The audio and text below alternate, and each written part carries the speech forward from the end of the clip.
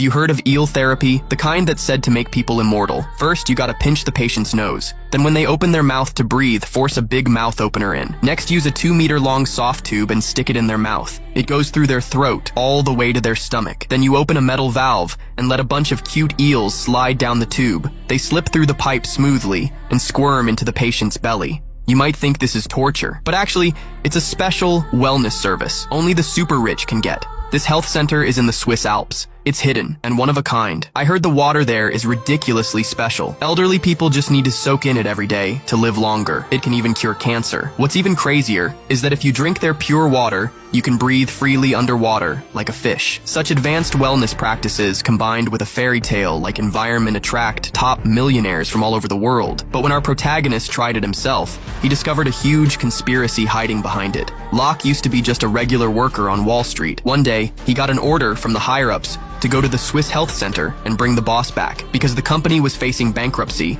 and they needed the boss to save the day. He didn't want to, but he had to agree because of his mortgage. So he flew to Switzerland quickly. The health center is deep in the Alps. He had to spend a lot of money hiring a driver to take him up the mountain. On the way, a local villager suddenly smashed a bottle on their car window. Locke thought to himself how simple these people were. But the driver said, it's pretty common because the villagers and the people from the health center have deep hatred. It turns out, hundreds of years ago, this place used to be a castle. The castle's owner was Aeon, obsessed with pure bloodlines. But the kids his wife had were all deformed. So the Baron chose to marry his sister, going against all ethics. The villagers at the bottom of the mountain couldn't stand it. So they stormed the castle and burned the Baron and his sister alive. It wasn't until 100 years ago that it was restored and turned into the world-famous health center we know today.